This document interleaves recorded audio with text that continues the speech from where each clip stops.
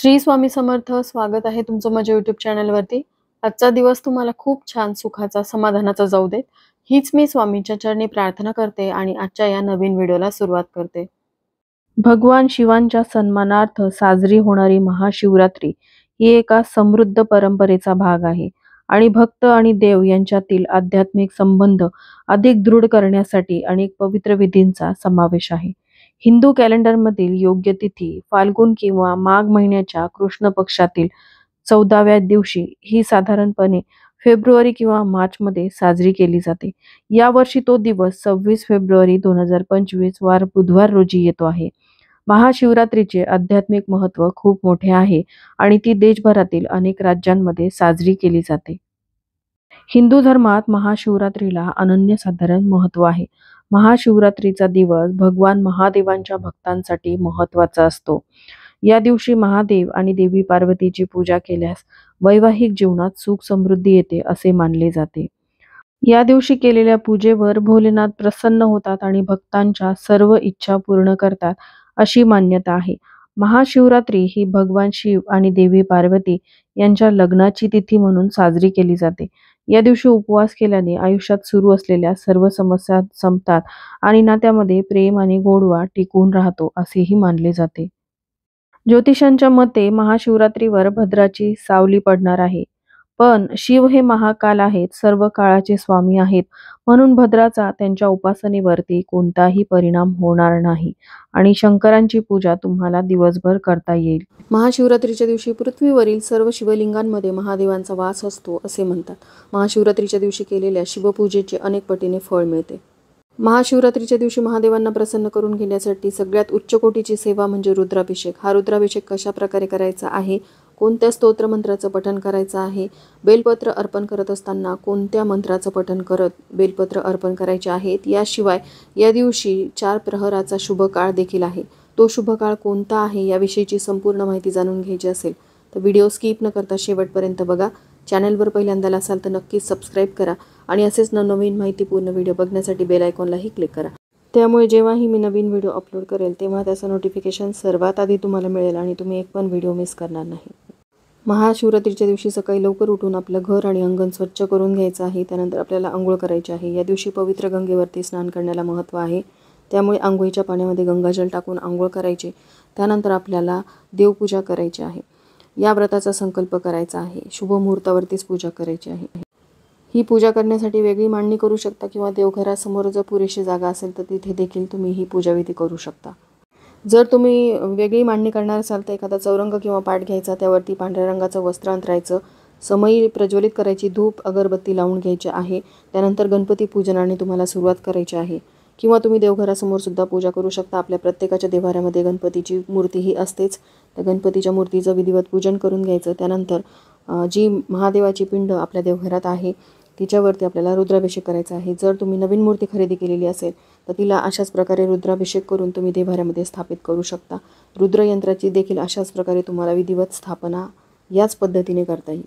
तर एका तामणामध्ये तुम्हाला शिवलिंग घ्यायचं आहे. त्यानंतर पूजेसाठी लागणारं सर्व साहित्य घ्यायचं आहे, ज्यामध्ये गळती लागणार आहे कारण आपण जे स्तोत्रमंत्र पठण करणार आहोत त्यासाठी गळतीचा वापर करावा लागणार आहे. त्यानंतर महादेवांना प्रिय असलेलं भस्म आपल्याला लागणार आहे. भस्म नसेल तर तुम्ही चंदनाचा वापर करू शकता. यासोबतच डमरू वाजवून आपण या दिवशी आरती करायची आहे. डमरू वाजवल्यामुळे महादेव लवकर प्रसन्न होतात. हा अभिषेक करण्यासाठी आपल्याला 1 ते 1.5 तासाचा कालावधी लागू शकतो. त्यामुळे सगळं साहित्य आपल्याला जवळ ठेवायचं आहे. सांगितल्याप्रमाणे आपल्याला गळतीचा वापर करून हा अभिषेक करायचा आहे. त्यासाठी पाणी घ्यायचं आहे. पाणी थोडंसं जास्त घ्यायचं. पिण्याच्या पाण्याचा वापर करायचा कारण रुद्राभिषेकाचं पाणी जे आहे ते आपण स्वतः तीर्थ म्हणून प्राशन करायचं आहे. एखादी घरामध्ये आजारी व्यक्ती असेल तर तिला देखील प्यायला द्यायचं आहे. तर रिकामं भांडं देखील आपल्याला सोबत ठेवायचं जेणेकरून अभिषेक करत असताना पाणी जर तामणामध्ये खूप जमा झालं तर ते काढून घेता येईल. यासोबतच पंचामृत घ्यायचं आहे, चंदनाचं पाणी घ्यायचं आहे, हळदी, कुंकू, अक्षदा, फुलं घ्यायची आहेत. पांढऱ्या रंगाचीच फुलं अर्पण करावीत. महादेवांना पांढऱ्या रंगाचं वस्त्र अर्पण करायचं आहे. धोत्र्याची फुलं घ्यायची, बेलपत्र घ्यायची. शक्य असेल तर 108 बेलपत्र मिळाले तर उत्तमच आहे. नाही मिळाली तर 11 किंवा 21 बेलपत्र तुम्हाला अर्पण करता येतील. रुद्राभिषेक करण्यापूर्वी आपल्याला सगळ्यात आधी महादेवांना पाण्याने, पंचामृताने, पाण्याने अभिषेक करून घ्यायचा आहे. ओल्या चंदनाने देखील महादेवांना अभिषेक करायचा आहे. बघा, धनप्राप्तीसाठी, कर्जातून मुक्ती हवी असेल तर अशा कोणत्या वस्तूने महादेवाच्या पिंडीवरती अभिषेक करावा हे देखील मी पुढे व्हिडिओमध्ये शेअर करणार आहे. पंचामृतामध्ये तुम्हाला दूध, दही, तूप, साखर आणि मधाचा वापर करायचा आहे. या सर्व वस्तूंनी वेगवेगळा अभिषेक तुम्ही करू शकता किंवा एकत्र मिक्स करून सुद्धा महादेवाच्या पिंडीवरती अशा प्रकारे अभिषेक करू शकता. अभिषेक करत असताना ओम नमः शिवाय या मंत्राचा जप करायचा आहे. हा साधा अभिषेक करून झाल्यानंतर मग तुम्हाला रुद्राभिषेकाला सुरुवात करायची आहे. बघा, हा अभिषेक झाल्यानंतर जर तुमच्याकडे ओलं चंदन असेल किंवा चंदन असेल तर ते चंदन थोडंसं पाण्यामध्ये मिक्स करून त्या चंदनाच्या पाण्याने देखील तुम्हाला महादेवाच्या पिंडीवरती अभिषेक करायचा आहे. महाशिवरात्रीच्या दिवशी तुम्ही देव्हाऱ्यामध्ये शिवलिंगाची स्थापना देखील करू शकता. शिवलिंगासोबतच रुद्रयंत्राची स्थापना तुम्हाला करायची असेल तर महाशिवरात्रीसारखा दुसरा दिवस नाही, कारण या दिवशी प्रत्येक शिवलिंगामध्ये महादेव जे आहेत ते जागृत अवस्थेमध्ये असतात. त्यामुळे या दिवशी तुम्ही जितक्या सेवा उपाय घरामध्ये कराल त्याचे तुम्हाला शीघ्र फळ मिळतं. महाशिवरात्रीच्या दिवशी शिवांना प्रिय गोष्टी अर्पण केल्या जातात, ज्यामुळे महादेव लवकरच प्रसन्न होतात.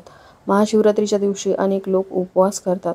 उप म्हणजे जवळ आणि वास म्हणजे वास्तव्य. याचा अर्थ देवासाठी केलेले उपवास म्हणजेच परमेश्वराच्या जवळ राहणे.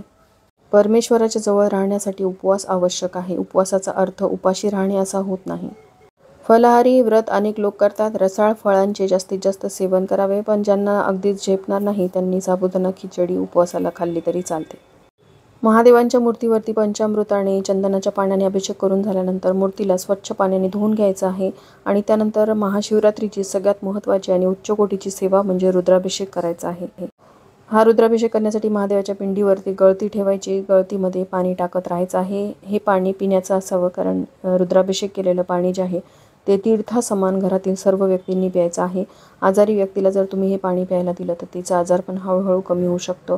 यासोबतच घरामध्ये एखादी व्यक्ती सतत चिडचिड रागराग करत असेल किंवा लहान मुलं हट्टीपणा करत असतील तर रुद्राभिषेकाचं पाणी पिल्यामुळे त्यांच्यामध्ये बराच फरक जाणवतो.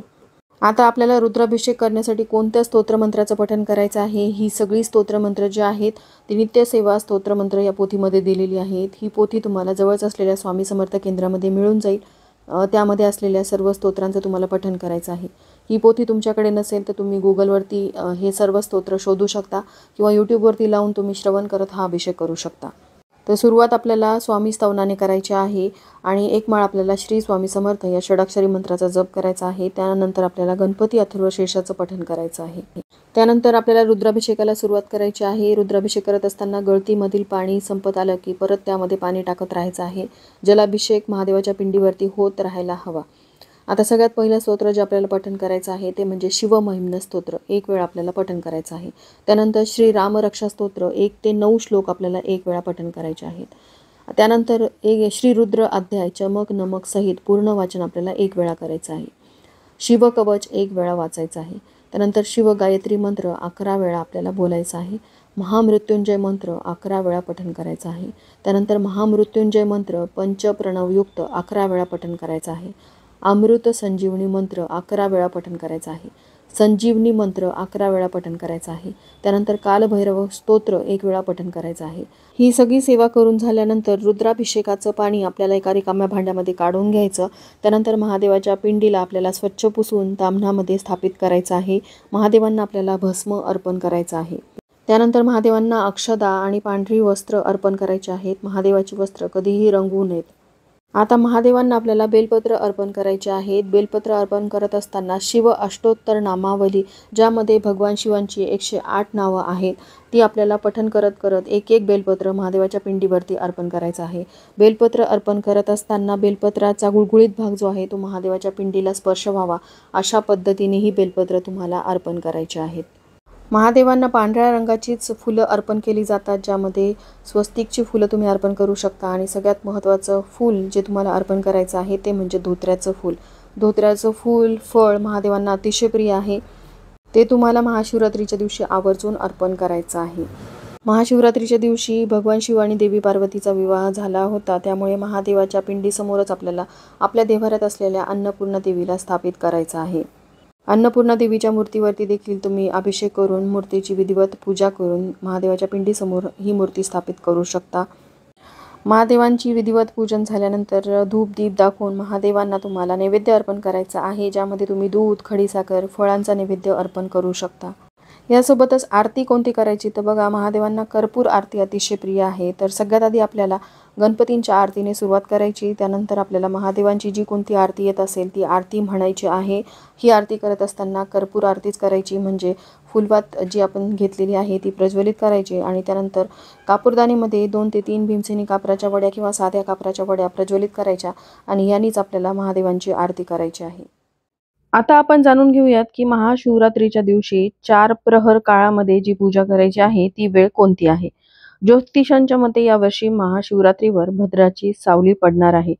26 फेब्रुवारीला सकाळी 11:08 ते रात्री 10:05 पर्यंत भद्राची सावली राहील। परंतु शिव हे महाकाल आहेत, सर्व काळाचे स्वामी आहेत, म्हणून भद्राचा त्यांच्या उपासनेवरती कोणताही परिणाम होणार नाही आणि शंकरांची पूजा तुम्हाला दिवसभर करता येईल असे सांगितले जात आहे। अशा परिस्थितीत या दिवशी पूजा करण्याची पद्धतीही तुमच्यासोबत मी शेअर केलेली आहे। तर आता महाशिवरात्रीच्या दिवशी पूजेचे 4 प्रहर मुहूर्त आपण जाणून घेऊयात। त्याचबरोबर निशिता काल मुहूर्ताला देखील खूप महत्त्व आहे, त्यामुळे ही माहिती देखील आता आपण जाणून घेऊयात। तर पहा, महाशिवरात्रीच्या दिवशी प्रथम प्रहर मुहूर्त पूजेसाठीचा जो आहे तो आहे 26 फेब्रुवारी रोजी सायंकाळी 6:19 पासून ते 9:26 पर्यंत। त्यानंतर रात्रीचा दुसरा प्रहर पूजेचा मुहूर्त 26 फेब्रुवारीला रात्री 9:26 पासून ते 27 फेब्रुवारी रोजी पर्यंत, म्हणजेच मध्यरात्री 12:34 पर्यंत असणार आहे। त्यानंतर रात्रीचा तृतीय प्रहर पूजेचा मुहूर्त 27 फेब्रुवारीला मध्यरात्री 12:34 पासून ते पहाटे 3:41 पर्यंत असणार आहे। आणि त्यानंतर सगळ्यात शेवटचा म्हणजेच चौथा प्रहर पूजेचा मुहूर्त 27 फेब्रुवारीला पहाटे 3:41 पासून ते सकाळी 6:48 पर्यंत असणार आहे। तर सांगितलेल्या 4 प्रहर मुहूर्तामध्ये तुम्हाला महादेवांची सेवा उपासना करायची आहे, पण महाशिवरात्रीच्या दिवशी सकाळी आणि संध्याकाळी दोन्ही वेळेला महादेवांची पूजा ही आपल्या घरामध्ये व्हायला हवी। त्याचबरोबर महाशिवरात्रीच्या दिवशी निशिता काल पूजेला खास महत्त्व आहे। यंदा हा निशिता काल पूजेचा मुहूर्त 27 फेब्रुवारी रोजी मध्यरात्री 12:27 पासून ते मध्यरात्री 1:16 पर्यंत असणार आहे।